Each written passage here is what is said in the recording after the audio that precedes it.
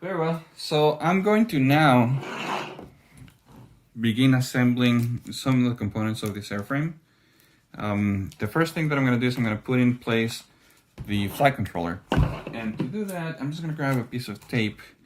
And this wire that comes from the back of the fuselage is the wire for the LED, so I'll keep that aside for now. And this is the wire for the little LCD screen. Now that I realize, I may not have mentioned that one last time, but that little screen is for getting some flight information, some display information at the field. Now, the first thing to do is to make sure that we connect the motor to the ESC. So in my modification, this is where the leads ended up for the motor. So I'm just going to go ahead and plug them in. And I'm going to try to do this in frame. I see now what everybody talks about when they say that it's not as easy to do things when you're trying to keep them in frame for the camera. But just plug in the leads for the motor. Now, I am going to want to test this before I start, locking things down in place, because I want to make sure that the motor is turning the right direction. So now that it's there, I can kind of use the flight controller and the speed controller to move the wires out of the way as I'm inserting it into the fuselage, and it's sitting there towards the back. Now, this particular frame has this carbon spar. It's a square tube spar that goes in through here. So this is going to help me figure out where exactly I want to place that flight controller. So that's right about where I want it, right there. So I can see that I'm clearing the servo connection for the connection for the signal to the ESC, and then I'm also going to be clearing these pins here on the left, and those pins are going to be for connecting all my electronics. The USB, the micro USB connection is also in the clear, so that should work well. So that's where I'm going to want to stick it. What I'm going to do is just go ahead and mark that location. So I'm going to hit pause here for a sec. Okay, and I'm back, and I just have this Sharpie, which is a silver Sharpie, and that's going to help me locate the location of this thing and just have it marked on the airframe, so I can just do this every time. So I think that's going to work real well. I also want to keep it in line as possible with the fuselage. I don't want it to end up crooked, because whichever way I install it is what the flight controller is going to be taking as the forward direction. So I'm taking a really good look at it, making sure that it looks lined up with the rest of the fuselage. I can use that piece of wood as a reference also to make sure that it's kind of parallel to it. And now I'm just going to go ahead and mark with this pen where I want it. So that looks about right to me right there. And on this side, about right there. I'm going to put another line here. And there we go. There's my 3 lines, just to help me locate where I'm going to be mounting that. Okay, so I'm going to just go ahead and actually stick this down. I have some double-sided tape that I use to secure the flight controller. It's these 3M outdoor tape, which is super strong. And I'm going to use this to stick that flight controller to the fuselage. I like that even though it's super strong, if you actually put a little bit of pressure and just hold the pressure, it will slowly give. But if you try to yank it, it will actually resist you much harder. So anyway, that's going to be the flight controller. So let me just go ahead and I'm going to pull it back out, remove the sticker back from this, and I'm going to install it in there. And here we go. I just went ahead and removed the backer from that double-sided tape, and I put it back in the marks that I made before. I double-checked and made sure that this carbon spar was going to be able to slide in and out, and there's just enough room underneath there, about 3 or 4 millimeters worth of a gap between the flight controller and that spar, so I know it's not going to be touching anything. The ESC went nice and well all the way in there. So it's back in there, and the motor connections are there. So far so good. The next step is going to be to actually install, at least temporarily install the radio receiver, because what I want to do is I want to be able to plug in a battery, turn on the radio receiver, arm it, and confirm the rotation of the motor. So let's do that right now. Here's my radio receiver, my R9mm, and this one has a ground, a positive, and an S-bus connection. So I took a little bit of time to actually label my connections. This way I can quickly remember where they go. And then there's an uninverted, or they call it an inverted S-port.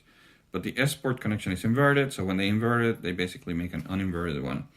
Which is great because this is a 405, means a F4 processor, and it cannot invert your connections. So when you take that inverted S-port and you put it on TX1, it allows dual communication, so full telemetry from this receiver, back and forth to the radio and to the flight controller. So that's excellent. So I got black, red, and blue. The blue goes towards the S-bus, and I am going to be plugging this in. Let me make sure I want you to be able to see. There's an S-bus port right here, and that's ground, positive, and signal. And then the TX1 is going to be this pin right here, based on that label. Okay, so I'm going to go ahead and do that.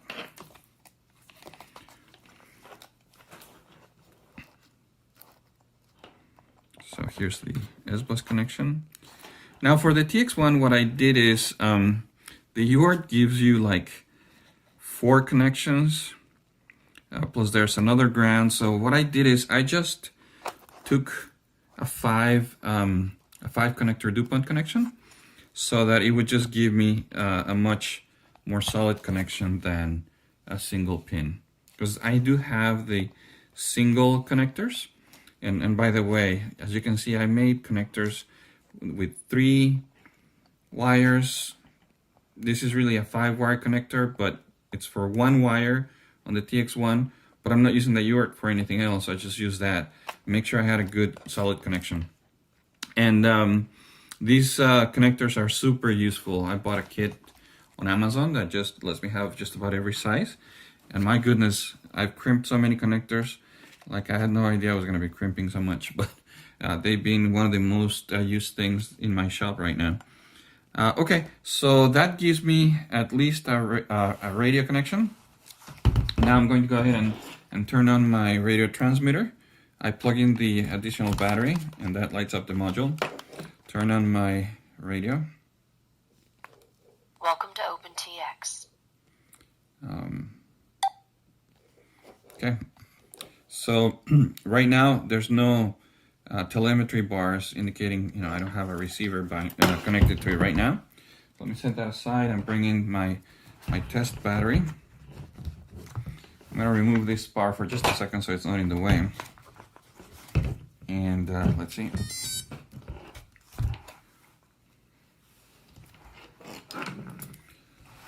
Now I'm going to try to arm it.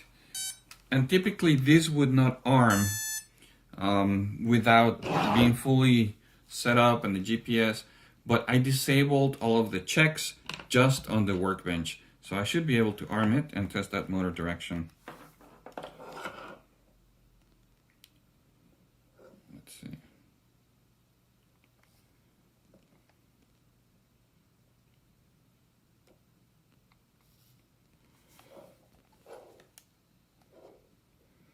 Motor's armed. There we go, motor's armed.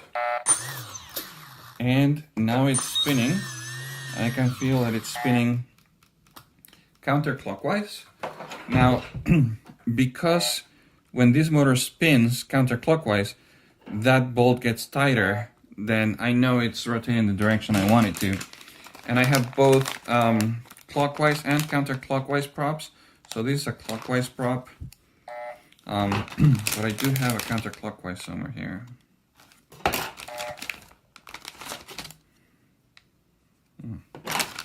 Always the last one. There we go.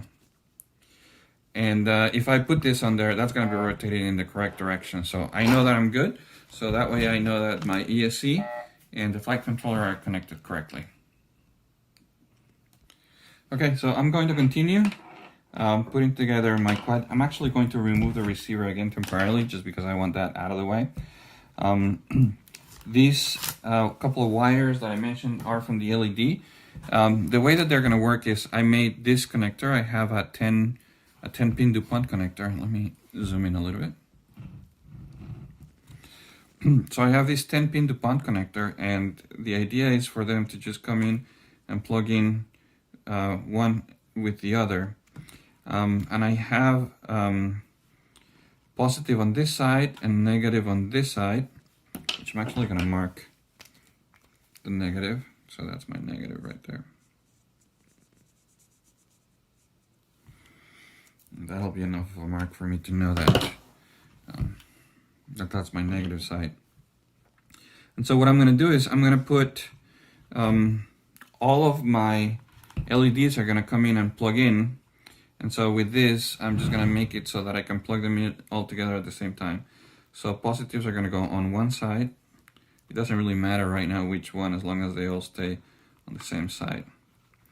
And so slip that in there. Sometimes these are a little tight, and I just like to take a pair of pliers and kind of help them along. There we go. So there's my positive. Now here's my negative.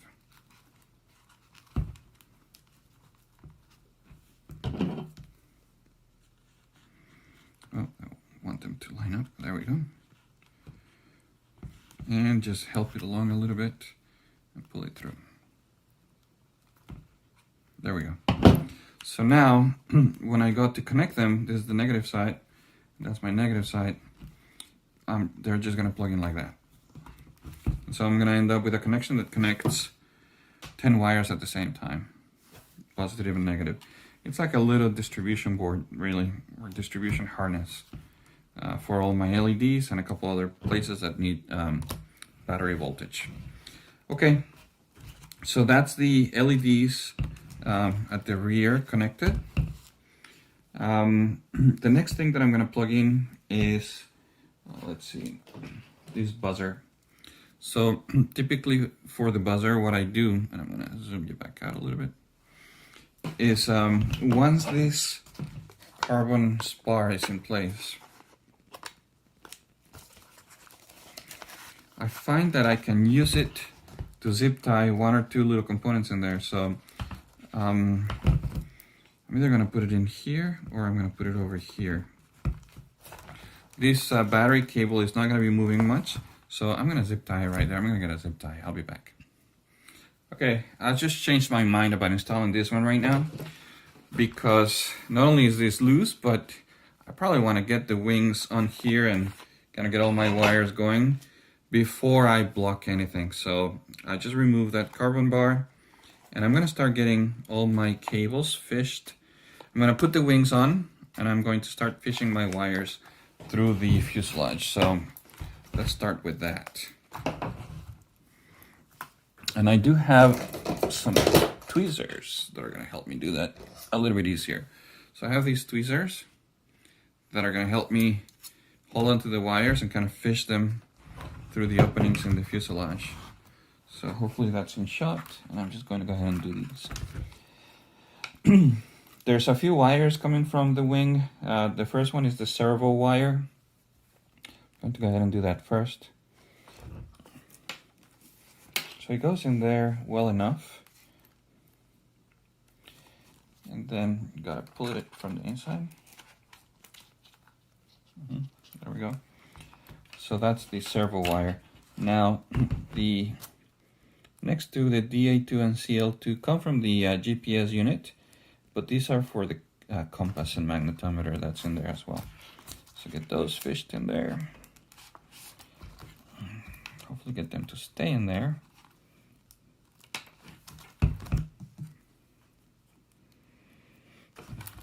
These tweezers don't let go that easy, and if I make a little mistake and release the pressure on it, they actually grab again. Okay, so let's see, I think I see it.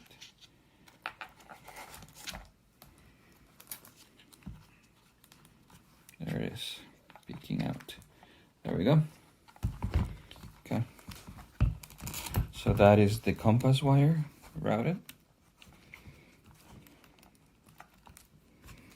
So I got that. I got the servo wire, and it's time to go and fish the next one. I'm gonna go for the GPS connectors here.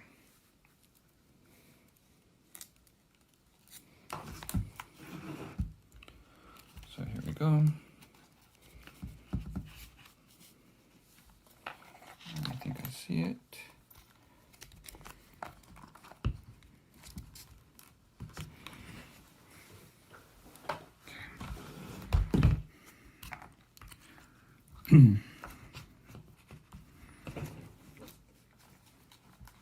I see it in there.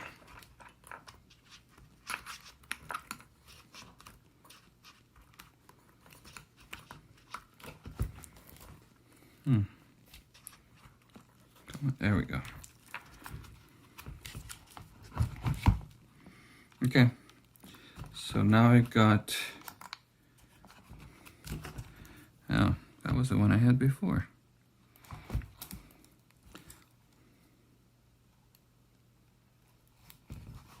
Okay, come on.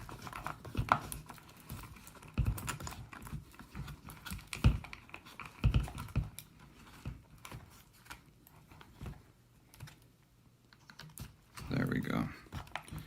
Okay. Let me just get my label. The label sometimes slips on the cable. There we go. So I've got 3 cables. And now the last one that I need to fish through there is the one that plugs in the LEDs. So let's do that as well. This one is a stiffer cable, so I may be able to just kind of push it and find it over here. And then just convince it to come this way.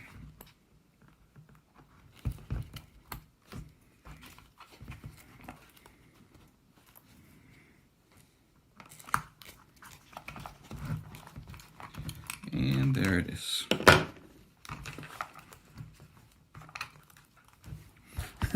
So that's all my cables from that wing. And now just kind of help it come this way, sit in place. So that's where the wing is going to be mounted. I need to, of course, attach it. All my wires from the wing are fished through. And I'm going to go ahead and attach that wing there. So the way that the wing attaches is just with this screw. It goes through here, and I guess I'll show you on the next wing exactly how you attach it. It's got a a screw on the a captive knot on the other side, and I should have a screwdriver here. There we go. So just go ahead and make sure I'm not pinching any wires. Just go ahead and screw that in there.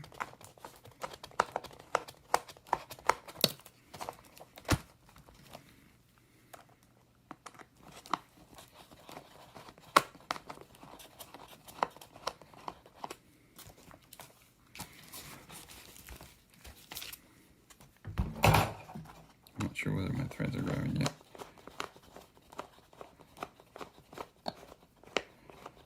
Yeah, I think it is. Yep.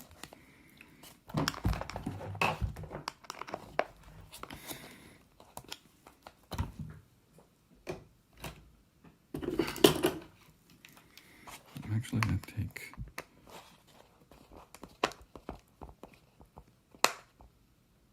there we go.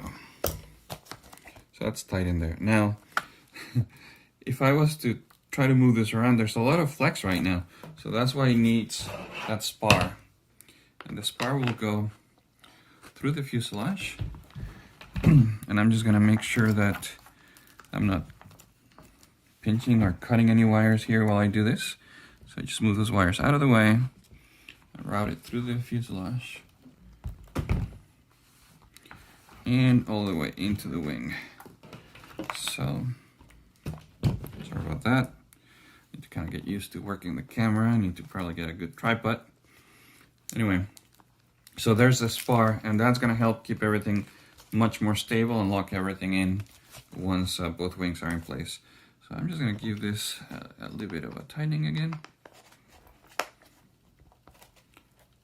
There we go. And I'm going to go ahead and connect these. So the way these connect, DA2, CL2 goes into the DA2, CL2 connection. I'm just going to quickly point out where everything's going to go. But there's the DA2 and CL2 connections. This is going to go into our harness for the LEDs. This is the GPS, and this one's going to go into T3 and R3. So those are going to, that's that UART that is over here, D3 and R3, which are the middle pins. So that's going to take care of all the GPS and compass connections. And then S2, which is, S4, which is my servo on the right wing. 1 and 2 are the motors, 3 and 4 are the first two servos. So that's going to go in there. Okay, so I'm going to go ahead and plug those in. So signal towards the back to S4. DA2 and CL2 go in here. Then the T3, I have a voltage ground, and so that means red, black, and then our two signals for T3. There we go, that's where it goes. This is the LEDs for the wingtips. So this one goes into that little harness that I made. So let me just grab my pliers.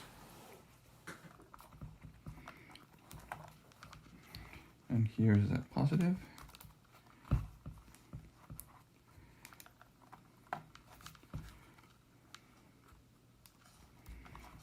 And it goes in there.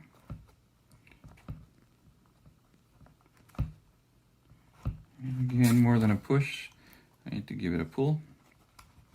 There we go. And then the negative. I'm going to want to pull it back around the other side.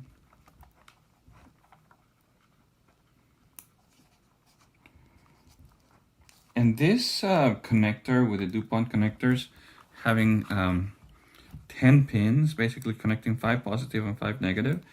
This is an idea that I came up with after looking at just a rat's nest worth of wires that these LED connections were creating. So it was just a lot of little wires, and they would take up a lot of space, and they would cram up my entire electronics bay. So this is what I came up with as a way to kind of simplify this connection and reduce the number of wires I had all over the place. But I could use a suggestion if you think there's a better way to manage all those connections, because I have 6 that are basically going to be 2 each from the LEDs in the wing, the back, and the other wing. And then I need a voltage sensor for the camera. And I forget what the other one is. It'll come back to me, but I have 10 things, 10 wires. Oh yeah, the other thing is the second buzzer. The second buzzer also monitors battery voltage and radio signal. So that's why I need so many connections to battery voltage. So anyway, if you have a suggestion now, I'm open to ideas. Okay, so I'm going to go ahead and I'm going to cut this video here and just do the second section where we finish putting together the assembly of the electronics. We've done the fuselage and the left wing for the most part. So now I'm going to do the other wing, but I will let you take a break and stop this video here. Okay, any comments, questions, or suggestions? If you know of anything that I could be doing better, let me know. So see you in the next video. Please don't forget to share, subscribe, give me a like, and let me know what you like or don't like about the video. Thanks, bye.